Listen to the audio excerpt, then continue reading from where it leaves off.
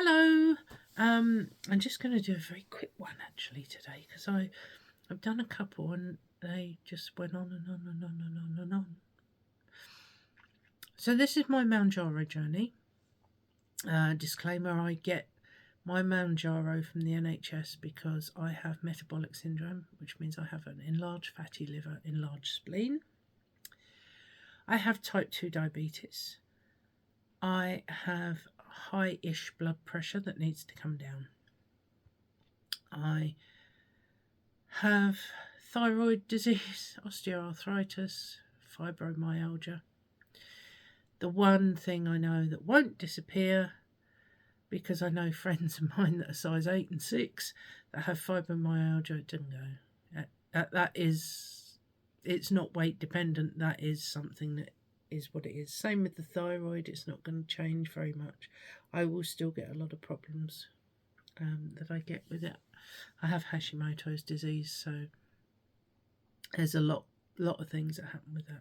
Anyway, so I'm going to keep this a bit shorter and sweeter, and we can go into some other things at other days.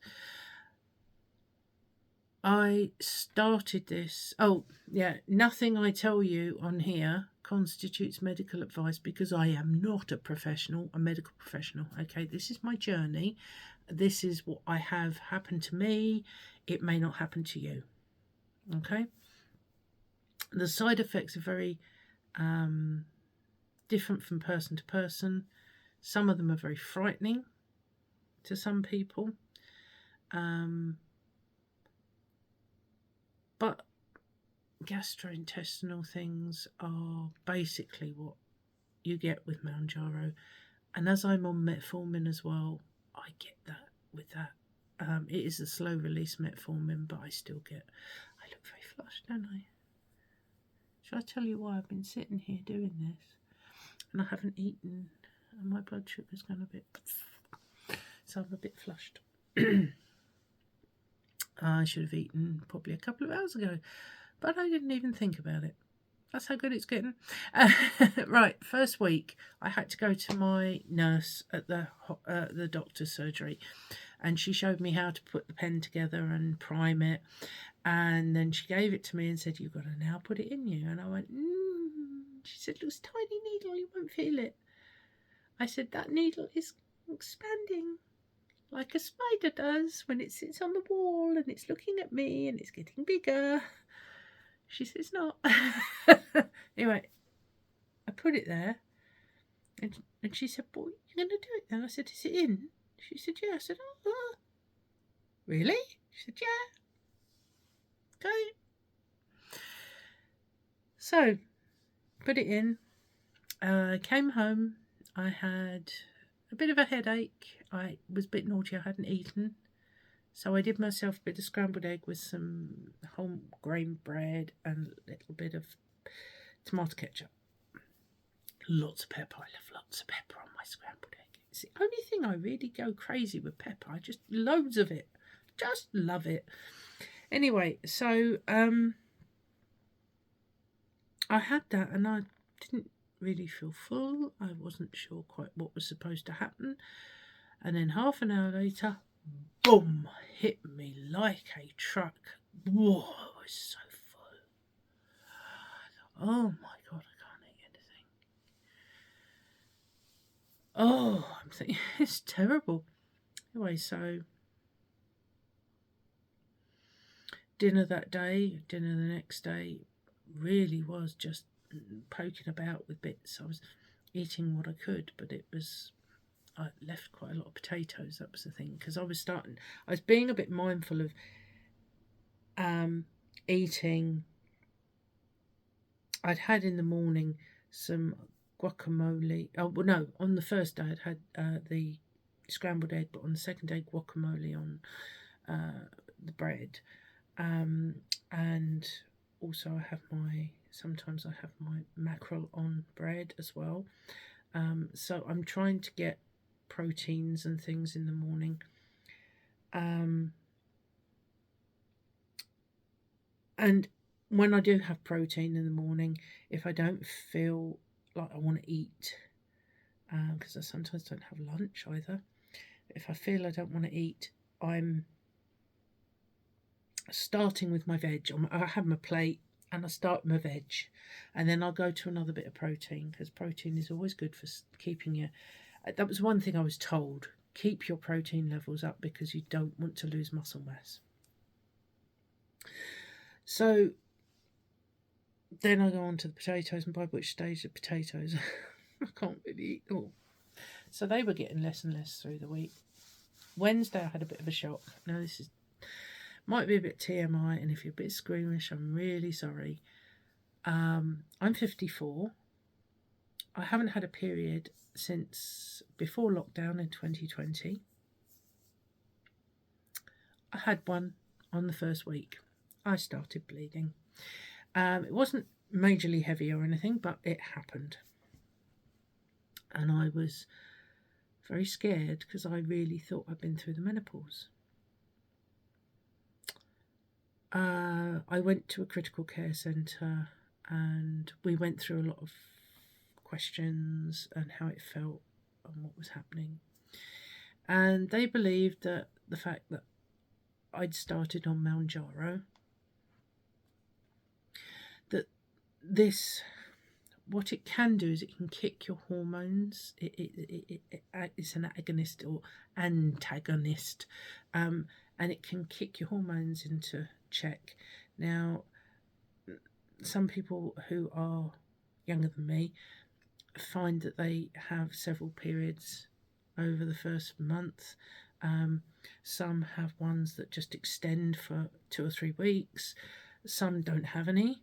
And when you're very, very overweight, you can stop your periods. And as you start to lose weight, your fat releases the hormone estrogen. So it could have even been a phantom period because of the release of hormones. I was weighing for the United Kingdom. I tell you, every time I went to the loo, I had a full bladder. Oh, apart from that, though, I did okay. And the first week, I was very pleased. I lost 8 pounds. I thought, well, that's water weight. And when people say, what is water weight? Well, it's the fact that suddenly you're eating a different diet and your body is flushing things out and you're drinking a lot more water. So, not that I didn't drink a lot of water anyway. So I took my second jab on the following Monday. I'd done the right side, so I did the left side on the following Monday. That week I was so constipated. I don't know why. The constipation was awful. And at the end of that week I started taking some probiotic tablets, capsules. I don't know if they're any good, but actually it seems to help it through a bit. I haven't this week been constipated, but that was all I had last week, was constipation. I didn't jab until the Tuesday, and on the Monday I'd lost 3 pounds, but by the time I clicked over to Tuesday, the final weight there was £4 loss. So it does seem like I'm losing weight a bit quick, but I'm trying not to, if you get me. So £4 in the next week.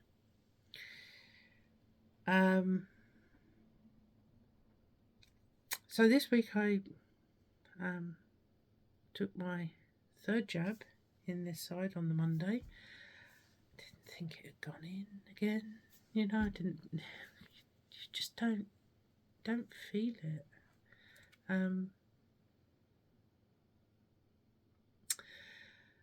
I didn't actually feel anything from this third jab. I thought I would feel more bunged up as I'd been the week before.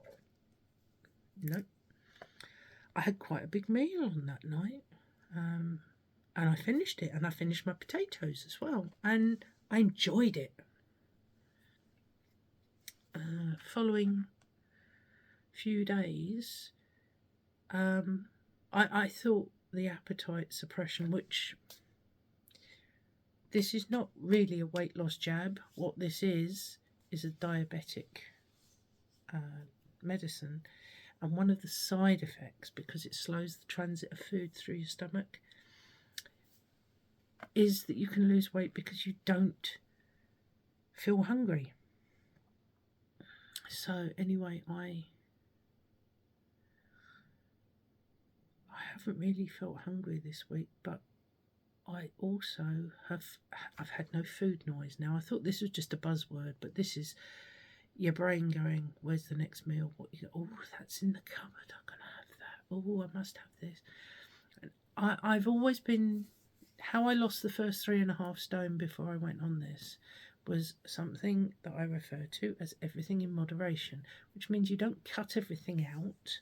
You don't tell yourself, can't have that, because I'm one of these people, you say to me, you can't have that, it's like, it's not that, I'll have that. So if I say to myself, yeah, I can have everything, anything I want, everything, and when I actually go to look round and think, what is it I want, I generally don't know, or it's falling to something that's very healthy. I've got a couple of foods that I'm really enjoying. My low GI bread from Lidl is a cob, round cob, and I used to love my bread. Warburton's white toast, oh, lovely. Toast and butter, yum yum. Bit of jam, bit of this, bit of that. Sandwiches, oh, marvellous. But you know what? This bread is so nice, and I don't hardly eat as much. I could go through 3/4 of a loaf in a day and a half if I really wanted to, with sandwiches, and I don't eat. These are much smaller, so when you do slice them, you go through them a bit quicker. And I buy them from Lidl. I may buy 5 or 6 at a time, put them in the freezer. But I often find I've got, at the end of the week, some left over in the freezer that I haven't used because I just haven't eaten that much bread. And that's been going on since before I started Mounjaro. So what I like with that is a mate called Holy Moly Guacamole, because avocado is so good for your liver. And I can't stand it. It's so bland, it makes me feel sick. So having it as guacamole is really nice. So I'm getting the goodness from it, but not feeling sick in the process. And the other thing, I like peanut butter. I found these 2 companies of peanut butter. One, I can't remember the name of it, and it's got just peanuts with their papery type shells. Oh, it's really nice peanut butter, and it's just that, it's nothing else. And then there's the other one is pip and nut. Hello, you. Pip and nut almond butter. My new favourite food. Great protein. Tiny little bit of sea salt added. But it's lovely. So having that with some bread, and these are nice little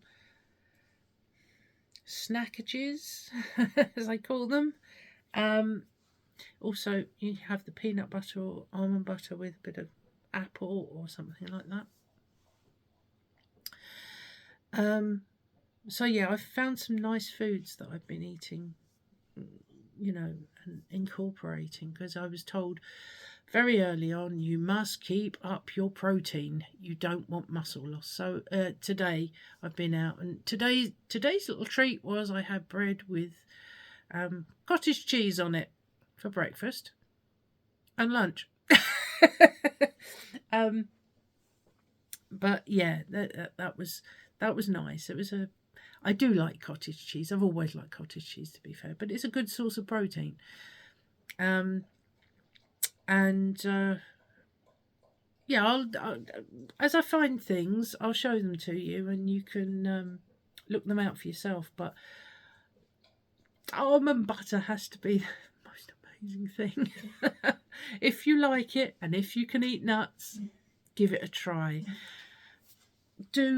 I do apologise about Matey in the background. Those of you who know, he's an old boy now. He's 15. He has a heart condition. And every time he drinks water, he coughs like this. And sometimes he makes some horrible noises in the background. So I do apologise. Anyway, he's okay. He just does it because he's sort of swallowed the water down the wrong channel, as it were. And it's something that happens with the heart. Anyway, so here we are, Friday evening, looking a bit flushed because I need to eat. And I'm going to have some salmon in a minute.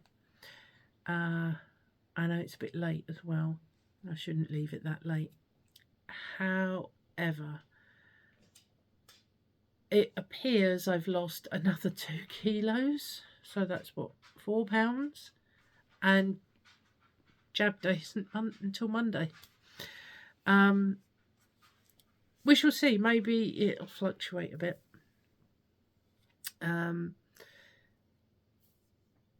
keeping a record for at least the first month, maybe the second month, because I'm going to stay on the 2.5 for the second month, because it's working at this point to the effect of it's helping me regulate my eating and helping me to look at things differently. I know why I'm flushed. I left the heating on because I had a shower. Can you hear it clicking? Oh, I am daft.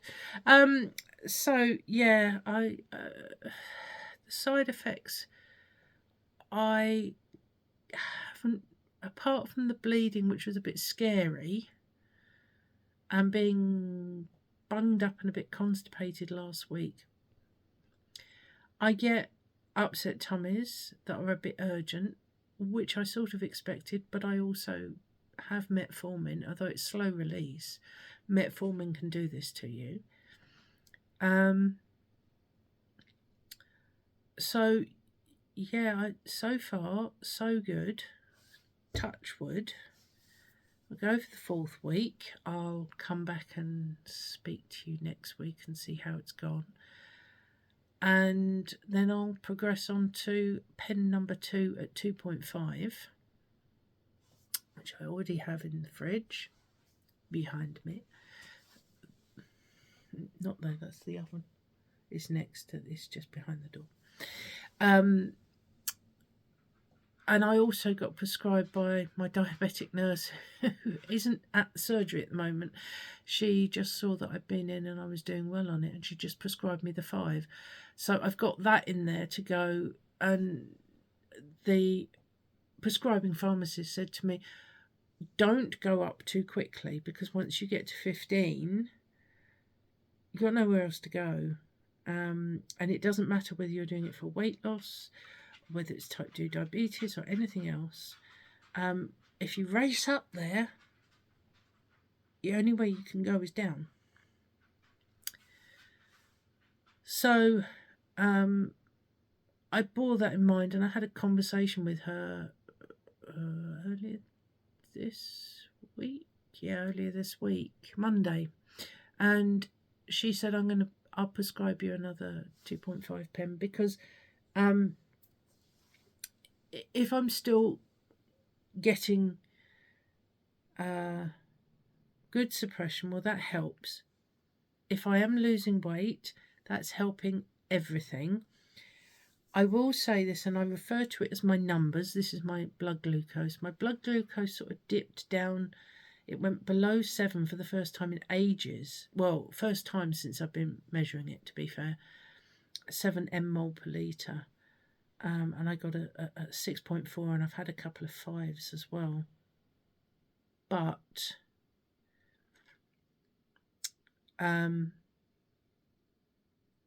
it's gone up a bit this week, and I don't know why. So we'll go another month on the 2.5, but if the suppression or not suppression, the way it works on my blood glucose, despite the fact I'm eating relatively cleanly, pretty cleanly to be fair. I do say everything in moderation, so I'm happy to eat things if I want them, but I actually don't really want them. Occasionally I'll have something, but yeah. But the thing is that if I'm on the second pen of 2.5, and I find that blood sugars are going up, or they're not as stable as they were, then I do have the 5 in the fridge that I will start on. I have found by talking to a lot of people, now we're all different, so it doesn't mean anything, okay? But by talking to a lot of people, I've got a sort of general consensus of how people see it. And a lot of people seem to think that if you do more than 1 month on 2.5, your body actually is a little bit more used to that in your body. And when you go up to 5, sometimes, and this is no guarantee, sometimes it actually helps to reduce the side effects. If you go up too quickly, of course, for your body, and we're all individual, so if you go up too quickly for your body's going to resist. It's going to cause the side effects. So I'm going to just play it by ear, but be a bit cautious and go for the second month on 2.5, and see how we go. So apart from week 1, that little scare, so far nothing too bad. Yes, things are feeling looser on me. I don't think I look any. I still think I look very. And being hot and needing something to eat is not making my face look very good, is it? I think this is a little bit less than it was. No. Don't know. Yeah, got a little bit of a dimply do there. Definitely have lost, if the scales say so, and I've got trousers that are 2 sizes lower than I've worn in the last 5 years. No, more, 10 years. Easy. Yeah, so hopefully I will start to feel the benefits of it, or see some more benefits. My tummy is still very big, and of course below my big here, but below the midriff, obviously, because that's where I'm holding a lot of fat, and that's why I have a liver and spleen problem, because it's based around that area. That's going to take some time to go. And I have my bottom apron, not bottom apron, but my bottom apron below that. So I'm going to have to get and do more exercising. But I have disabilities, and I have a problem with an ankle. And in fact, I've had that problem with my ankle and my foot since before the millennium. So I was under the age of 40. Under the age of 30, I should say. Let's correct myself there. Under the age of 30. And I was having problems with it, struggling then.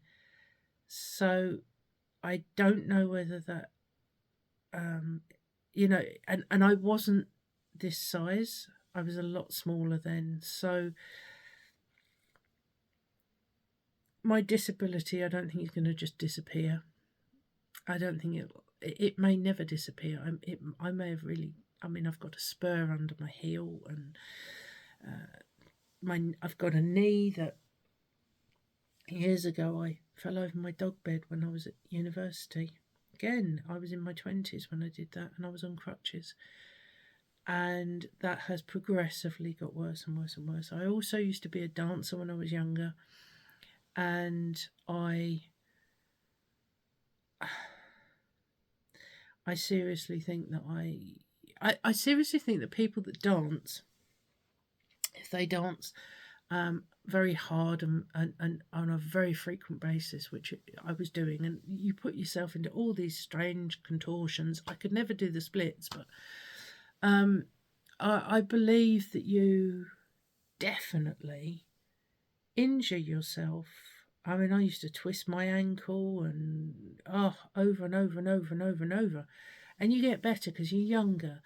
But I used to do dance exams, and I twisted my ankle, and you'd go out and you'd do a full performance, and my ankle wasn't completely better from an injury, and that you shouldn't do that really, but you do. You carry on, and I think at the end of the day, we probably injure ourselves more than we should when we're younger. And these things come back to bite us. And it doesn't matter whether you're my size or not. These things sometimes are disabling. You don't have to be over. Well, it's like you don't have to be overweight to be diabetic. You don't have to be drinking bottles and bottles of whiskey to have a liver problem. You don't have to be fat to have pain from a disability of any sort. So, these things, some things I don't think I will get much better from. My fibromyalgia, I'm sure there's many of you out there who have fibromyalgia that are half my size, less than half my size maybe, and you get the pain as bad as I would get the pain. And it's not dependent upon weight. It is dependent upon what's going on in your body. So anyway, I've waffled on. That last bit was about me, really. But I will be jabbing again on Monday. And I'll prepare something. I didn't prepare anything this time. I'm naughty, I'm sorry. I'll prepare a bit more of a better video so that you've got some more sort of information, because I'd like to understand. I think that I have, knowing that I have this lack of food noise now, and I don't think about food and eating and as much as I used to. I actually wonder whether what's being switched on or what is being breached is a faulty genetic code or some sort of something that used to make me feel I needed to eat all the time, that used to make me feel that I was thinking about food all the time, that food was it was a celebration. And something went right, what did you do? You'd go out and buy yourself an ice cream or chocolate bar, bag of crisps or something. You'd buy yourself something. You'd have a good day. What would happen? Get yourself a nice takeaway. Not that we ate lots of takeaways, my other half and I, but sometimes these things happened. So yeah, I just wonder. I mean, it's something I think about, and I've got no scientific evidence or basis for this at all. I've not heard anybody really talk about it, but I just wonder if it is a faulty gene within some people, that they have this propensity to eat too much. Food becomes a comfort, and they can't break out of it. It's possible. It's possible, isn't it? Right, I'm going to let you go because I'm sure what is it? 30 minutes. I'm sure you're a bit fed up with me waffling now and my bright red face. So I shall do another video next week and get you some more information. So far so good is what I can say. So far so good, and I am looking forward to my second month on it, and see where I go with that. I just remembered I was saying about exercise. I've got some resistance bands, some loops. The other half got me for Christmas, and I've just ordered some long straight ones as well. There's a guy that I'm going to follow that's on Facebook, Jeremiah something or t'other. He does little videos about resistance work that you can do if you have disabilities, and if you're people that are a lot bigger than me, of course. But you know, I'm going to try and follow that a bit and see if I can keep my muscles going, because that's very important. I mean, I walk where I can with the dog, but some days I'm still sort of really struggling to move. And I don't think that that's necessarily the weight. I think that is the fibro. It's still the same pain that I had, and I'm also trying very hard not to take painkillers, because I'm injecting something into my body, and I don't really want to get addicted to painkillers as well, So anyway, right, waffle is over. It's over half an hour. I will let you go now. So have a good week, and I'll see you again this time next week.